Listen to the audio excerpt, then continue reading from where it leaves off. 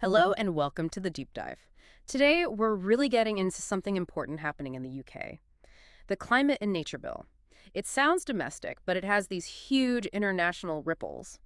Our mission to figure out how it could, well, maybe reshape global climate action a bit. Okay, let's unpack this. Yeah, hello. And what's fascinating here isn't just the UK aiming to cut its own emissions. It's really how this bill tries to fundamentally rewire its foreign aid.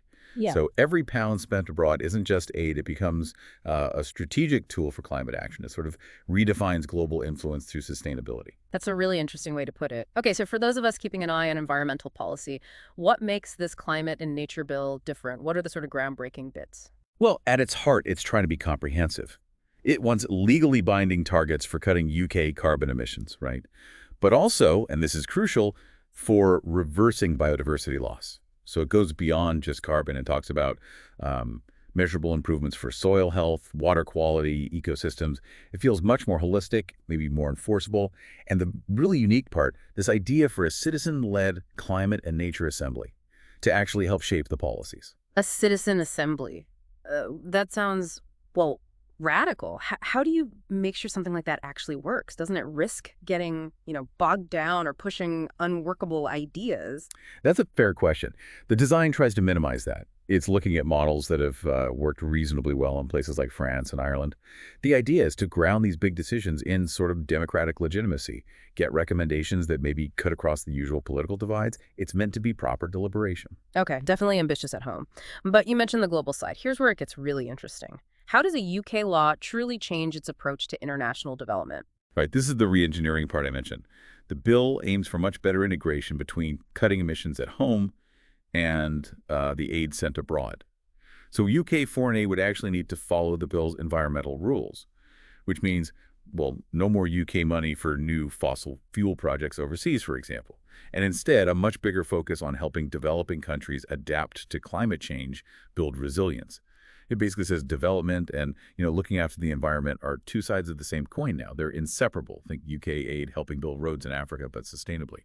Or funding farming projects in Asia that fit with climate goals. That sounds like a huge shift, not just in policy, but in mindset. So what does this all mean back in the UK? How's it being received? Well, there's definitely growing support. You see it especially with younger people, in the climate marches, lots of local councils declaring climate emergencies.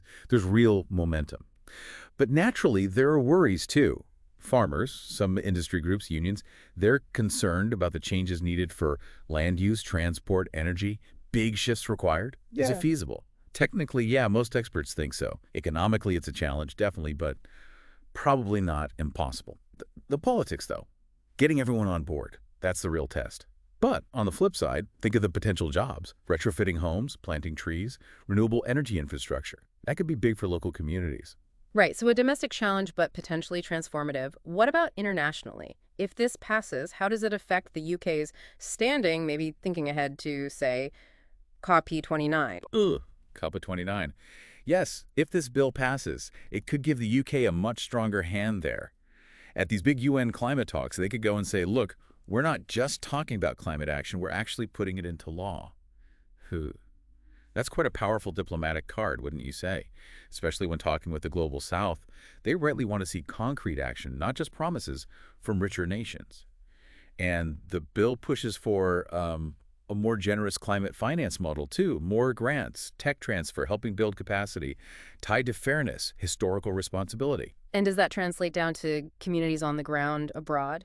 Indirectly, but yeah, potentially in quite meaningful ways. Funding shifts, maybe supporting local solar farms instead of diesel generators. That empowers communities, helps build long-term environmental and economic health. And we shouldn't forget the role of diaspora communities here in the UK. They're really important bridges, often lobbying for ethical aid for climate justice. This raises an important question then, beyond the nuts and bolts of policy. What does all this signal about hope, about the future? That's a great point. I think, honestly, the sheer number of young people involved in climate justice movements worldwide, that itself is incredibly hopeful. And this bill, even with all its challenges, kind of reflects a new way of thinking, doesn't it? One that tries to be global, more democratic, and really rooted in ecological reality. That shared commitment, trying to find a way forward, yeah, that gives you some hope. So the Climate and Nature Bill really does seem to weave together action at home with a potentially new vision for how the UK engages with the world on climate. Shows how national policy can ripple outwards. It leaves you thinking, doesn't it? What insights will you carry forward from understanding how national policy can ripple across the globe? Lots to think about. Until next time, stay curious.